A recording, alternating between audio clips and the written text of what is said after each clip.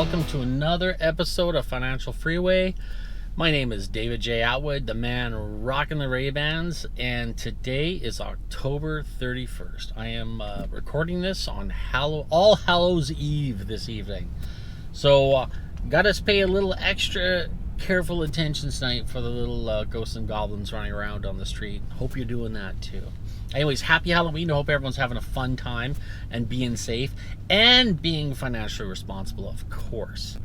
The one thing that I had a conversation with someone at the gym this morning, and it was about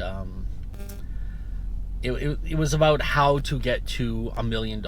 And I said, well, the easiest way is to be an entrepreneur, start your own business. And he's like, oh, well, that's scary and most businesses fail. And I said, yeah, they do.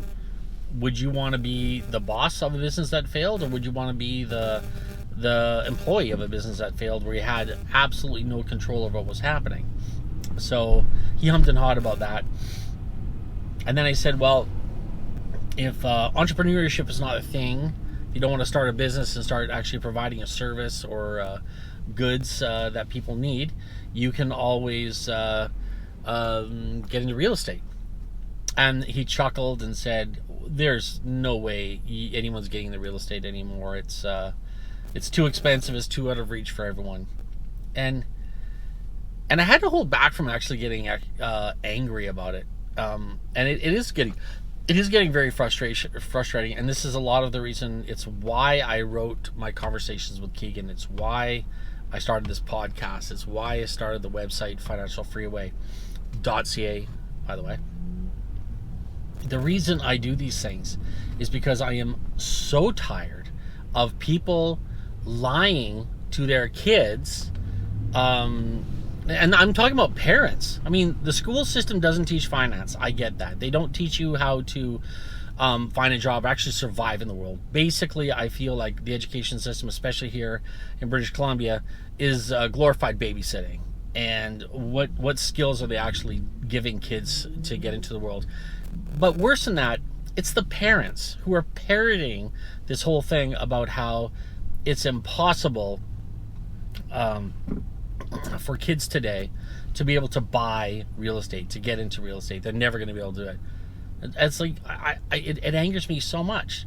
So this morning, I actually went on to Google. I got up at like 4 o'clock. I couldn't sleep, so I got up at 4 o'clock this morning, and I started thinking, okay, what's holding people back? Why are people poor in Canada?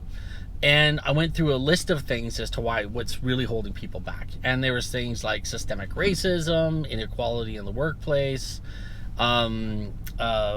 financial institutions not being available to them. And I'm looking at this like, okay, that's the narrative that they're putting out there, that you're being held back not because of your own nothing to do with you. It's you are a victim of everything.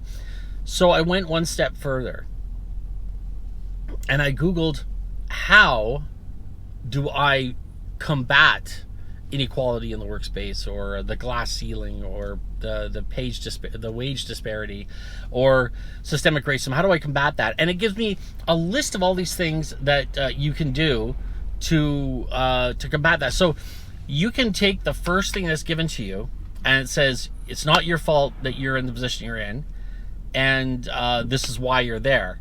And you could stop there and just say, okay, victim time. And like I said, I just did one more question to Google, and you can do this with ChatGPT as well. Just ask it, what can I do to get wealthy and not be a victim of wage disparity or systemic racism? What can I do? And it'll give you a list of all the things that are available for you to do. I mean, there was even one about how banks won't lend you money. It's like, well, no, banks. Anyway, I'm not getting into that too much. But I do want to say one thing real quick. Money doesn't know anything but greed. Doesn't care about your sex, your gender, your race, your color. It does not care. All it cares about is money. Greedy people want money. They don't care how, they don't care who they get it from. They just want money. Businesses just want money. That's it. Now, anyways, one of the things I was thinking about this morning was, okay, this guy's saying to me, you can't get into real estate. And I said, why not? He said, well, real estate's too expensive. So I thought about it. I said, well, no, it's expensive here in Victoria, one of the hottest real estate markets in the world. And it's expensive in Vancouver.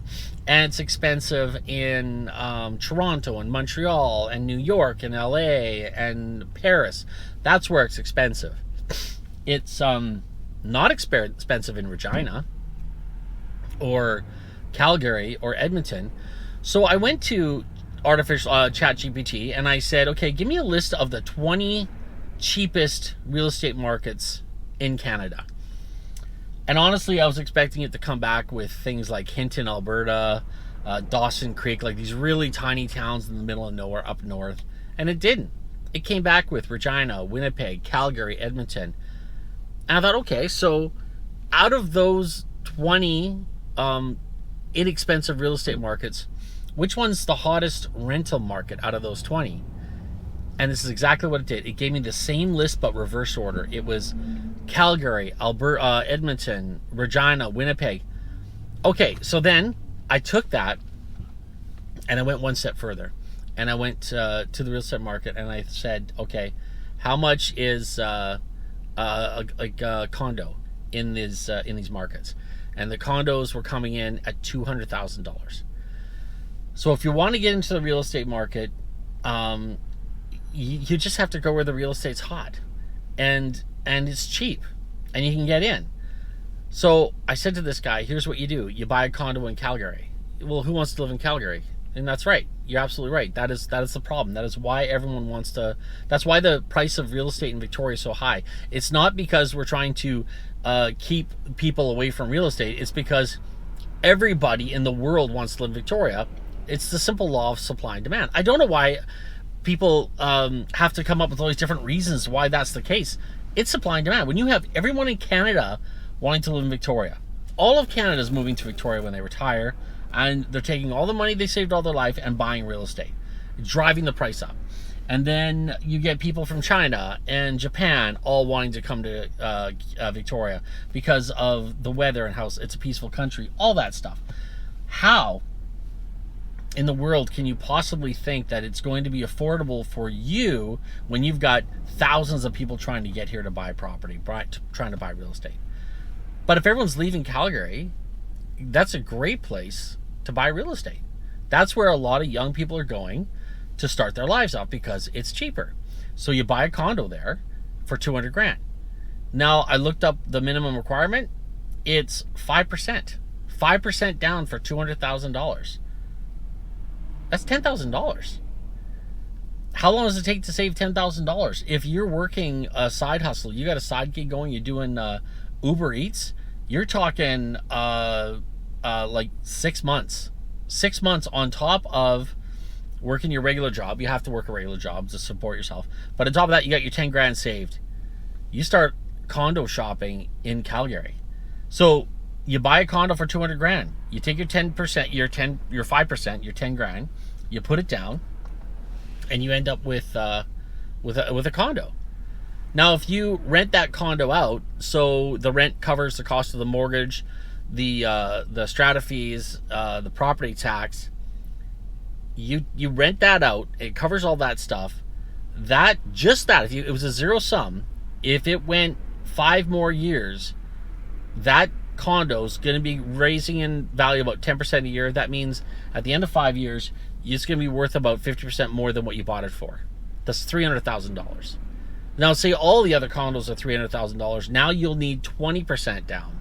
So you'll need $60,000 down on all the other condos that are out there. That means you put 60 down on the condo you already own. You pull out the 140, or the 240. Is that right? 60, 240. Yeah, you pull out the 240. And then you use that 240 to buy 3 more condos. You rent those out. Now, 5 years later, with only a $10,000 investment, you got $1.2 million worth of property, worth of real estate. And now you're a hustler. Now you're in the game. It's that easy. You're not going to probably be able to stay in Vancouver or Victoria or Toronto or Montreal, if you're starting out and you're struggling with your $18 an hour job, it's going to be tough. But if you move outside of those areas, you start being a little more creative with your thinking process. You give it 5 years, you will be a serious player in the real estate market, and it's a solid win. It's a 100% win. Anyways, I know I went a little bit over my normal time here, but thank you so much for stopping by and checking out the show. Make sure you subscribe if you haven't. Of course, hit the thumbs up. It's always nice when I get a thumbs up from you guys, letting me know that you like what I'm talking about. And also, if you have any questions you want me to answer, drop them in the comments. I would love to check out what you have to say. And maybe I can help you find some answers to some questions you might have with finance or investing or what have you. And of course, like I say all the time, the most important thing is to share the word. Spread the word. Spread the gospel of finance and wealth and financial freedom. That's what we're all about. That's what I want. Is I want to spread the word and let everyone know that it should be, it must be, it is an inalienable right to live a life of abundance. Thanks so much.